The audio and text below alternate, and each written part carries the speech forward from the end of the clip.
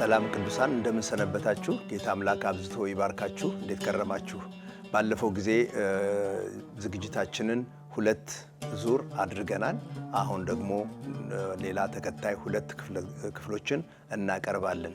በእውነቱ ስለዚህ ዝግጅት እግዚአብሔርን እጅግ አድርጌ አመሰግናለሁ። ብዙ ወንድሞች የተካፈሉበት ዝግጅት ነው። ሌሎች የድምጽና የምስል ቀረጻዎች ተደርገው ዘገባዎች እንደዚህ በተለያየ መንገድ በቀለጠፈ ሁኔታ ተቀምጠዋል። እነዛን ሁሉ እንድትከታተሉ ጋብዛችኋለሁ። ቤተክርስቲያኒቷ ይህን ስታዘጋጅ በዚህ በኩል ደግሞ ጠቀሜታው ብዙ እንደሆነ በመረዳት ስለሆነ ያንን ላበረታታ እወዳለሁኝ። እንግዲህ ከኔ ጋር ባለፈው ጊዜ የተመለከትነው የሐዋርያው ጳውሎስ ሕይወት በተመለከተ ሁለት ክፍለ ጊዜያት አሳልፈናል። የመጀመሪያው ክፍለ ጊዜ ውስጥ የተመለከትነው ሐዋርያው ጳውሎስ ቅድመ ክርስትና ማን እንደነበረ፣ ምን ያደርግ እንደነበረ ስለሱ ባህሪ ነው የተመለከትነው። ቀድሞ ሳውል ይባል የነበረው በኋላ ጳውሎስ ተሰኝቶ የጌታ የኢየሱስ ክርስቶስ የወንጌል አገልጋይ እንዴት እንደሆነ እንደተለወጠ ተመልክተናል። እንግዲህ በሁለተኛው ክፍል ደግሞ የተመለከትነው በአብዛኛው ከለውጡ በኋላ በመንገድ ላይ በደማስቆ መንገድ ላይ ጌታችን መድኃኒታችን ኢየሱስ ክርስቶስ ከተገናኘው በኋላ የተለወጠው ጳውሎስ ያሳድድ የነበረውን ክርስቶስን ለማገልገል ይቃወም የነበረውን የወንጌልን መልእክት ለመስበክ ራሱን እንዴት እንደሰጠ ተመልክተናል። እንዲያውም አንደኛውን የወንጌል ጉዞ ተመልክተናል። በዚያ በወንጌል ጉዞ በመጀመሪያው ዙር የተመሰረቱ አብያተ ክርስቲያናትን ወንጌልን እንዴት እንዳገለገለ በየስፍራው እንዴት በብዙ ተጋድሎ ወንጌልን እንዳቀረበ ተመልክተን ሁለተኛውን ክፍለ ጊዜ ደግሞ አሁን እንድንመለከት ነበር ያቆየ ነው። ዛሬ ጌታ ቢፈቅድ የምንመለከተው ሁለተኛውን የወንጌል ጉዞ ይሆናል። ይህ የሁለተኛው የወንጌል ጉዞ ታሪክ በአዲስ ኪዳን ውስጥ በሐዋርያት ሥራ በዝርዝር ተጽፎ እናገኘዋለን። ሐዋርያት ሥራ ምዕራፍ 15 ቁጥር 36 ጀምሮ እስከ ምዕራፍ 18 ቁጥር 22 ድረስ ተዘርዝሮ እናገኘዋለን። እንግዲህ ቀደም ባለው ክፍል ውስጥ ሐዋርያት ሥራ ምዕራፍ 15 ማለት ነው። ቀደም ብሎ ባለው ክፍል ውስጥ የተመለከትነው በዙሪያው ያሉ አብያተ ክርስቲያናት ችግር ገጥሟቸው ከገጠማቸው ችግር አኳያ ጳውሎስ የገላትያን አብያተ ክርስቲያናትን መጎብኘት እንደሚያስፈልገው ተመለከተ። ከችግሩ በኋላ የት እንዳሉ በምን ደረጃ ላይ እንዳሉ ተመልሶ መጎብኘት አስፈለገው። ስለዚህ የዚህ የሁለተኛው ጉዞ መዳረሻ የመጀመሪያው መዳረሻ ያደረገው ገላትያንን ሊያደርግ ወስኖ ያንን ነበር ያደረገው። እንግዲህ ማርቆስን ከእርሱ ጋር መሄዱን በተመለከተ ከበርናባስ ጋር ስላልተስማሙ ጳውሎስ ሲላስን ይዞ መሄዱን መረጠ። ከጥቂት ጊዜ በኋላ ወጣቱ ጢሞቴዎስን እንዲረዳቸው ፈለገና እርሱንም ጨምሮት ይዞ እንደሄደ ምዕራፍ 15 እና 16ን ስንመለከት እናገኘዋለን። በገላትያን ሲያልፍም ከኢየሩሳሌም ይዘውት የወጡትን ደብዳቤ ማለት በኢየሩሳሌም ያለችው ቤተ ክርስቲያንና መሪዎች የወሰኑትን ውሳኔ በደብዳቤ ግልባጩን ለየቤተ ክርስቲያናት ሰጥተው ነበር የሚያልፉት። በመቀጠልም ገላትያንን ትተው ወደ እስያ ገቡ። የእግዚአብሔር መንፈስ ግን በዚያ እንዲሰብኩ አልፈቀዳላቸውምና ወደ ሰሜን ማቅናት ግድ እንደነበረ ሐዋርያት ሥራ ምዕራፍ 16 ይተነትንልናል። ወደ ቢታንያ አውራጃ መጡ። በዚያም እንዳይሰብኩ ያው የእግዚአብሔር መንፈስ ዳግም ደግሞ ስለከለከላቸው ከእስያ አውራጃ በምዕራብ በኩል አቆራርጠው ወደ ጢሮአዳ አቀኑ። ከዚያም ወደ አውሮፓ በመርከብ ለመሄድ ዝግጅት እንዳደረጉ ምዕራፍ 16 ቁጥር 6 እስከ 10 እናገኛለን። ሚስዮናውያኑም ወንጌል መልእክተኞቹ ከሌላ ተጨማሪ አንድ ሰው ጋር ሆነው ጢሮአዳን ትተው ወጡ። ይህ ሰው ማን እንደሆነ ሐዋርያት ሥራ ይጠቅስልናል። የሐዋርያት ሥራ ጸሐፊ የሆነው ሉቃስ እንደሆነ ምዕራፍ 16 ቁጥር 11 ላይ እንመለከታለን። ምክንያቱም እዛ ላይ ተነስተን ብሎ እኛ በሚል አገላለጽ ራሱንም ጨምሮ ነው ከዚህ በኋላ ታሪኩን የሚዘግበው። ስለዚህ ሶስተኛ ሰው ከነሱ ጋር ተጨምሮ እንደሚዞር እንመለከታለን። ወደ ፊልጵስዩስም ደረሱ። የፊልጵስዩስን ከተማ ደግሞ እግዚአብሔርን የሚያመልኩ ሰዎች ለጸሎት በባህር ዳር አጠገብ ይሰበሰቡ ነበር እንጂ የአይሁድ ምኩራብ አልነበራቸውም። ስለዚህ ወደ አይሁድ ምኩራብ ሄዶ ሊሰብክ አልቻለም። እንግዲህ ወንጌል ሰባኪዎቹ እነዚህን ሰዎች ለጸሎት የሚሰበሰቡትን ባገኟቸው ጊዜ የኢየሱስ ክርስቶስን ወንጌል አሳወቋቸው። በደንብ ዘርዝረው ባስረዷቸው ጊዜ ከነሱ መካከል ሊዲያ የምትባል የልብስ ነጋዴ በጌታ አመነች። በእርሷም ምክንያት ቤተሰቦቿ ሁሉ አመኑ። በመቀጠልም ወንጌላውያኑ በወጡበት ሁሉ የሚከተላቸው መከራ ከፊት ለፊታቸው ድቅን አለ። ነገሩ በፊልጵስዩስ ከተማ ነበር የጀመረው። በፊልጵስዩስ ከተማ እየጠነቆለች ለባለቤቶቿ ገቢ ታስገኝ የነበረች ሴት ነበረች። በጳውሎስ አማካይነት በተፈወሰች ጊዜ ግን የሚያስጠነቁሏት ሰዎች ከዚህ በኋላ ገንዘብ ልታስገኝላቸው እንደማትችል ስለተረዱ ተቃውሞ ቀስቅሰው አሳደዷቸው። በዚህም ምክንያት ጳውሎስና ሲላስ በብዙ ሁከት ተይዘው ወደ ወህኒ ቤት እንደተጣሉ ምዕራፍ 16 ያስረዳናል። በእስር ቤት ውስጥ ሳሉ ስለ ኢየሱስ ክርስቶስ ለመናገር እድል አገኙ። የእስር ቤቱ ጠባቂና ቤተሰቦቹ በጌታ አመኑ። ይህ ትልቅ የወንጌል ፍሬ ነበር። በሚቀጥለው ቀን በማለዳ ጳውሎስና ሲላስ በነፃ ተለቀው እንዲሄዱ ያሰናብቷቸዋል። እነሱ ግን ከእስር ቤቱ አዛዦች የይቅርታ ቃል ካላገኙ እንደማይወጡ አሳውቀው ሮማዊው ጳውሎስ ያለ በቂ ማስረጃ አንድ ሮማዊ ሰው ወደ እስር ቤት ማስገባት ተገቢ እንዳልሆነ እንደተናገረ ምዕራፍ 16 ያስታውቀናል። እንግዲህ ፊልጵስዩስን መነሻ በማድረግ ስለተደረገው ጉዞ ሲዘግብ እነርሱ በማለት መተረኩ ጸሐፊው ሉቃስ እሱ ራሱ በፊልጵስዩስ መቅረቱን ይጠቁማል። ሌሎቹ ሚስዮናውያን ወደ ተሰሎንቄ ያቀኑ። በዚያ በተከታታይ ባሉት 3 ሰንበቶች ለ3 ሳምንታት ያህል ስብከት አቀረቡ። ባቀረቡት ስብከት ደግሞ ብዙ ሰዎች እንዳመኑ ምዕራፍ 17 ላይ እናገኛለን። የሚስዮናውያኑ ፍሬያማነት የአይሁድን ቅናት ቀሰቀሰ። ሁከት አስነስተውባቸው ጳውሎስ ተቀምጦ የነበረበትን የኢያሶንን ቤት አጠቁ።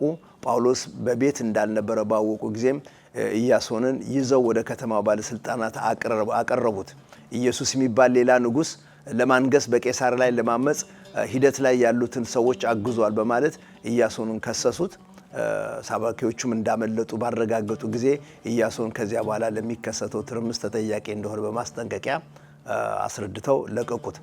እንግዲህ የአይሁድ ተቃውሞ በቤሪያ ቀጥሎ ነበር። ጳውሎስና ሲላስ ጢሞቴዎስን ወደ ኋላ በመተው ከእነርሱ መለየት ግድ ሆኖባቸው ነበር። እሱ ወደ አቴና አቀና። ከአቴና እርሱን መጥተው እንዲያገኙት መልእክት እንደላከባቸው ምዕራፍ 17 ይነግረናል። ጳውሎስ በአቴና ሳለ አቴና በአካያ አውራጃ ውስጥ የነበረች ሲሆን የአሁኗ ግሪክ እኛ የምናውቃት የአሁኗ ግሪክ ደቡባዊ ክፍል ናት። በሮማውያን አገዛዝ ዘመን ዋነኛ የትምህርት የፖለቲካ ክርክሮች በነፃነት የሚደረግበት ቦታም ነበረች። የአቴና ፈላስፎች ጳውሎስን ወደ አሪዮስፋጎስ ወሰዱት። አሪዮስፋጎስ የግሪክ አምላክ የአሪዮስ አደባባይ እንደነበር ነው የሚታወቀው። የአሪዮስ ሸንጎ በአቴና ከፍተኛ ግምት ይሰጠው እንደነበረ እንረዳለን። ይህ ሸንጎ በአቴና ውስጥ የሚያስተምሩትን ወገኖች በበላይ ሆኖ የሚቆጣጠር ጥንታዊ ቡድን ነው። አሪዮስፋጎስ የግሪክ ፈላስፎችን አመለካከት የሚከተሉ ሁለት ቡድኖች የሚከራከሩበት የሚፋለሙበት ቦታ ነው። በዚያን ጊዜ ጳውሎስ ከሚያስተምረው ትምህርት የተነሳ ስለ ትንሣኤ ባነሳላቸው ጊዜ የሚቃወሙ ነበሩ እና እነዚህ ሁለቱ ቡድኖች በተለያየ ምክንያት የጳውሎስ ወንጌል ወይም ደግሞ የትንሣኤውን ወንጌል ተቃዋሚዎች ሆነው ነው የተገኙት። ጳውሎስ የሚሰብካቸው ሰዎች ምን አይነት እንደሆኑ ያውቅ ነበርና የማይታወቅ አምላክ ብለው የሰሩትን መሰዊያ በመጥቀስ ስለሚያውቁት ነገር በመናገር ጆሮአቸውን እንዲሰጡት አድርጎ ወዲያው ደግሞ የእርሱ ተልእኮ ይህን የማይታወቅ አምላክ ለነሱ መግለጽ መሆኑን ያስረዳቸዋል። ግሪኮች የሚጠቀሙበትን ግጥም በመጥቀስ አቴና ሰዎች ይህን አምላክ ሊያመልኩት ቢፈልጉ ሰው በሰራው ጣዖት በኩል እርሱን ማምለክ እንደማይቻልም ነገራቸው። የእግዚአብሔርን ፍርድ መቃረቡን፣ ፍርዱን በማን በኩል እንደሚካሄድ፣ ፍጥረቱን ሁሉ ደግሞ እግዚአብሔር ምን ብሎ እንዳዘዘ ስለ ንስሐ ሁሉ ይነግራቸዋል፣ ያስተምራቸዋል። ንስሐ እንዲገቡና ሊመጣ ካለው ፍርድ እንዲያመልጡ እግዚአብሔር ጥሪ እያደረገላቸው መሆኑን ያስታውቃቸዋል። በአሪዮስፋጎስ ሸንጎ ንግግሩን ሊያደምጡ ለታደሙ ሰዎች የማያውቁት አምላክ ባህሪ ምን እንደሚመስል ነገራቸው። ይህ አምላክ የፍጥረት ዓለሙ ፈጣሪ፣ ተቆጣጣሪ እንዲሁም የሰው ልጆች ጌታ እንደሆነ የሁሉ ጌታ በመሆኑ ሩቅ ቢመስልም በአምሳሉ የተፈጠረውን የሰው ልጆች ሊያውቁት ይችሉ ዘንድ ያደረገላቸውን ነገር ያስረዳል። ባለፉት ጊዜያት እግዚአብሔር የኃጢአተኞችን አለማወቅ ሲታገስ ቆይቷል። አሁን ግን ለመቀበላቸውም ሆነ ላለመቀበላቸው ሰዎች ኃላፊነታቸው ራሳቸው እንዲወስዱ ኢየሱስ ክርስቶስ ወደ ምድር እንደመጣ ወንጌልን ያበስርላቸዋል። ኃጢአታቸውን ለሚናዘዙ የኃጢአት ይቅርታ ቀርቦላቸዋል። ንስሐ ላለመግባት ልባቸውን የሚያደነዱትን ደግሞ ቅጣትና ፍርድ እንደሚጠብቃቸው ግልጽ አድርጎ ነገራቸው። ኢየሱስን ከሞት በማንሳቱ እግዚአብሔር ሰዎችን የሚዳኝበት መንገድ ስለ ሰው ልጅ ደህንነት ለዓለም አሳልፎ በሰጠው በአንዱ በኢየሱስ ክርስቶስ በኩል እንደሚሆን ይህንንም አስረድቷቸዋል። ይህም ይቅርታንም ሆነ ቅጣትን የሚያደርግበት ብቸኛው መንገድ ኢየሱስ ክርስቶስ እንደሆነ ሐዋርያት ሥራ ምዕራፍ 17 ላይ በዝርዝር ያስቀምጥላቸዋል።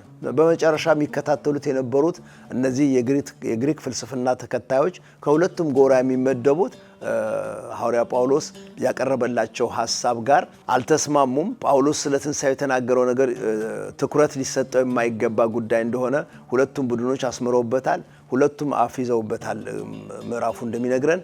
ነገር ግን በአቴና አገልግሎቱ ጥቂት ሰዎች በወንጌል እንዳመኑም ሐዋርያት ሥራ ምዕራፍ 17 ቁጥር 32 እስከ 14 ድረስ ጸሐፊው ጠቅሶልናል። እንግዲህ ከሁለተኛው ጉዞ ውስጥ እነዚህ ነገሮች ናቸው የተካተቱት። በሶስተኛው ጉዞ ይሄዳል። እግዚአብሔር የተመሰገነ ይሁን። ይሄንን ክፍል ስንመለከት አንድ ለኛ ለልባችን የሚቀረን ነገር ምንድነው? ለወንጌል የተጠራ ሰው ወንጌልን እንዲያበስር ተልእኮ የተሰጠው ወገን በሙሉ ማናቸውንም መንገድ ለዚህ ጉዳይ እንዲውል የማቅረብ ጥበብ ደግሞ እንደሚያስፈልገው እናውቃለን። ለግሪኮቹ ገብቶ በአቴና የሚናገርበት መንገድ በጣም አስደናቂ ነገር ነው። እነዚህ ፌዘኞች ናቸው፣ ፈላስፎች ናቸው፣ እናውቃለን የሚሉ ናቸው። ጳውሎስ ያመጣውን አዲስ ነገር በንቀት ነው የሚመለከቱት። ግን እነዚህን ሰዎች ጆሮአቸውን ማርኮ ለልባቸው የእግዚአብሔርን ወንጌል ማቅረብ መቻል እሱ ትልቅ ጥበብ የሚጠይቅ ነገር ነበር። ጳውሎስ ያንን አድርጓል። ምንም እንኳን እነሱ አፍይዘው ባይቀበሉበትም እግዚአብሔርን በታማኝነት ባገለገለበት በዚያ ስፍራ ግን ጥቂት ደግሞ ሰዎች ፍሬ አፍርቶ እንደወጣ ይነግረናል። እግዚአብሔር ታማኝ ነው። እኛ የሚገባንን ነገር ስናደርግ ወንጌልን በትክክለኛው ስፍራና ጊዜ ስናቀርብ ፍሬ የሚሰጥ ደግሞ እግዚአብሔር ፍሬ ይሰጠናል ማለት ነው። ሶስተኛውን የወንጌል ጉዞ የጀመረው በገላትያና በፍርግያ የመሰረታቸውን አብያተ ክርስቲያናትን በሙሉ በድጋሚ በመጎብኘትና በመዘዋወር ደቀ መዛሙርትን እያበረታታና እያጠናከረ እንደሆነ ምዕራፍ 18 ያስረዳናል። ኤፌሶን በደረሰ ጊዜ የመጥምቁ ዮሐንስን ጥምቀት የተጠመቁ 12 ሰዎችን አገኘ፣ አስተማራቸው። እነርሱም መንፈስ ቅዱስን ተቀበሉ፣ በኢየሱስ ክርስቶስ ስም ተጠመቁ። ጳውሎስም በዚያ ለ3 ወር በኤፌሶን ምኩራብ ከሰበከ በኋላ አንዳንድ አይሁድ እንደ ወትሮ ተቃውሟቸውን አስነሱ። ምኩራቡን ትቶ ወደ አሕዛብ ፊቱን አዞረ። ይሄ ትልቅ አቅጣጫ ለውጥ ነው። እስካሁን ድረስ በምኩራብ አይሁዶቹን ሲያገለግል ነበር። ከዚህ በኋላ ግን እናንተ ካልተቀበላችሁት እነሆ ወደ አሕዛብ እንሄዳለን ብሎ ፊቱን ወደ አሕዛብ ያዞራል። እዚያ ሳለ ጢራኖስ በተባለው የማስተማሪያ አዳራሽ ውስጥም ለ2 ዓመት ያህል እንደተጠቀመና እንዳስተማረ ክፍሉ ይነግረናል። የእርሱ ደቀ መዛሙርት ደግሞ ወንጌሉን ከሱ ከተቀበሉ በኋላ በዙሪያው ባሉት ገጠራማ ስፍራዎች ሁሉ እያደረሱ ወንጌል እጅግ እንደሰፋ ሐዋርያት ሥራ ምዕራፍ 19 ይተነትናል። በጳውሎስ እግዚአብሔር የሚያስደንቅ ተአምራቶችን ያደርግ ነበር። የፈውስ አገልግሎትን ይፈጽም ነበር። ይህንን ለመኮረጅ አንዳንዶች እንደሞከሩና እርኩስ መንፈሱ እንደበረታባቸው የእርኩስ መንፈሱ ውጊያ እንደገጠማቸው ምዕራፍ 19 ይተርክልናል። የእግዚአብሔር ኃይል በከተማዋ ብዙ ይሰራ ስለነበረ ብዙ ሰዎች በወንጌል አመኑ። በኤፌሶን ብዙ ሰዎች ከአርጤሜስ አምልኮ ወደ ወንጌል ዘወር ባሉ ጊዜ ቤተ መቅደሱ ዝነኝነቱን እያጣ መጣ። ወገኖች፣ የእግዚአብሔር ኃይል ሲሰራ የእግዚአብሔር ቃል እየበረታ እየሰፋ ሲሄድ ሌሎች በተቃርኖ ያሉ የተቀመጡ ነገሮች በሙሉ ዝናቸውን ተጽዕኗቸውን እያጡ እንደሚሄዱ እዚህ ቦታ ላይ በግልጽ ተቀምጦልናል። በተጨማሪም በብር አንጥረኛነት የሚተዳደሩና ትንንሽ የአርጤሜስ ምስል እየሰሩ የሚሸጡ ነዋሪዎች ገቢያቸው እየቀነሰ እንደመጣ፣ ከዚህም የተነሳ ጳውሎስና አጋሮቹ እንደተከሰሱ ምዕራፉ ያስረዳናል። የቆሮንቶስና የሮሜ መልእክቶችም በዚህ ጊዜ ነበረ ጳውሎስ የጻፈው። ጳውሎስ በኤፌሶን ከተማ በቆየበት ጊዜ በኤፌሶን ነበር አገልግሎቱን ይሰጥ የነበረው። በዚያ ለ3 ዓመት ነው የቆየው። በሰሜን ወደሚገኘው ወደ መቄዶንያ ተጓዘ። ከዚያም በአካባቢው ምናልባት እስከ አልዋሪቆን ድረስ ተንቀሳቅሷል ማለት ይቻላል። በመቀጠልም በስተደቡብ በኩል ወደ ቆሮንቶስ በመጓዝ በዚያ ለተጨማሪ 3 ወራት ቆይቷል። ከዚያም በኢየሩሳሌም ላሉ ድሆች፣ ችግረኞች የሚሰጠውን የገንዘብ እርዳታ አሰባስቦ የተሰበሰበውን ገንዘቡን ካዋጡት አብያተ ክርስቲያናት ተወካዮች ጋር ለኢየሩሳሌም ቤተክርስቲያን ለማስረከብ እንደተንቀሳቀሱ እንመለከታለን። ጳውሎስ ወደ ኢየሩሳሌም ሲሄድ አይሁድ በመርከብ ላይ ሊገሉት ማሰራቸውን ገና በቆሮንቶስ ሳለ ሳይነሳ ስለሰማ የጉዞ እቅዱን ለውጦ በመቄዶንያ በኩል በየብስ ተመልሶ እንደሄደ ምዕራፍ 20 ያስረዳናል። በመቄዶንያ በኩልም መመለሱ ከብዙ ምዕመናን ጋር ተጨማሪ ህብረት እንዲያደርግ ጠቅሞታል። በፊልጵስዩስና በጢሮአዳ ጥቂት ጊዜ ማረፍም ችሏል። በሚሊጤንም ባረፈበት ወቅት የኤፌሶንን ቤተክርስቲያን ሽማግሌዎች እንዳነጋገረ ምዕራፍ 20 ይነግረናል። ረጅም ነው፣ ነገር ግን በዚያ ስፍራ ለቤተክርስቲያን የልቡን እንዳፈሰሰ ምዕራፍ 20 ይነግረናል። ከኤፌሶን ለመጡት መሪዎች ሸክሙን የማጋራት ንግግር ነው ያደረገው። ከዚያ ጳውሎስና አጋሮቹ ከሜላጢያ ወደ ጳጥራ በመሄድ መርከብ ከቀየሩ በኋላ በሜዲትራኒያን ባህር አድርገው ወደ ፊንቄ አመሩ። ቀድሞ የሚያውቃቸው ከነበሩ ወንጌላውያን መካከል አንዱ ፊልጶስ በቂሳሪያ ነበርና ጳውሎስና አጋሮቹ በዚያ ሰው ቤት ለብዙ ቀናት አረፉ። እዚያ የሰነበቱት ምዕራፍ 21 ይሄን ይነግረናል። በቂሳሪያ እንደሆነ ሁሉ በኢየሩሳሌም ጳውሎስን መከራ እንደሚጠብቀው ነገሩት።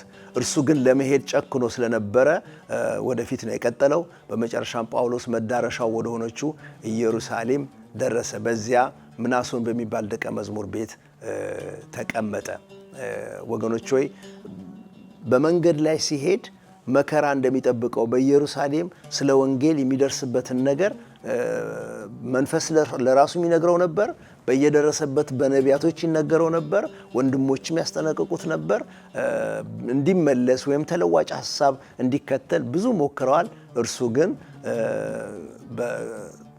በጌታ አስቀድሞ እንደተነገረው በብዙ መከራ ወንጌልን ለመስበክ እንዲገባው ራሱን አሳልፎ የሰጠ ሰው ስለነበረ ፍንክች አላለም። ወደ ኢየሩሳሌም ነው የሄደው። በኢየሩሳሌም ገብቶ ተቀምጦ እናገኘዋለን። ከዚህ በኋላ የጳውሎስ ጉዞ እንደ እስረኛ ወደ ሮም የሚጀምረው በኢየሩሳሌም ተይዞ ታስሮ ከዚያ በኋላ ነው ወደ ሮም የሚቀጥለውን ዝግጅቱን የምናገኘው። እንግዲህ ሁለተኛውና ሶስተኛው የወንጌል የሚስዮን አገልግሎት ጉዞ ይሄንን ይመስል ነበር። በሚቀጥለው ክፍለ ጊዜያችን ከኢየሩሳሌም ተነስቶ እስረኛ ሆኖ ወይም የክርስቶስ አምባሳደር ሆኖ ወደ ሮም የሚሄድበትን ጉዞ እንመለከታለን። በዚያ በሮም የኢየሱስ ክርስቶስ አምባሳደር በሰንሰለት ተይዞ በንጉሱ ፊት ቀርቦ የሚሆነውን የመጨረሻውን ታሪክ በሚቀጥለው ክፍል እንመለከታለን። እግዚአብሔር ይባርካችሁ።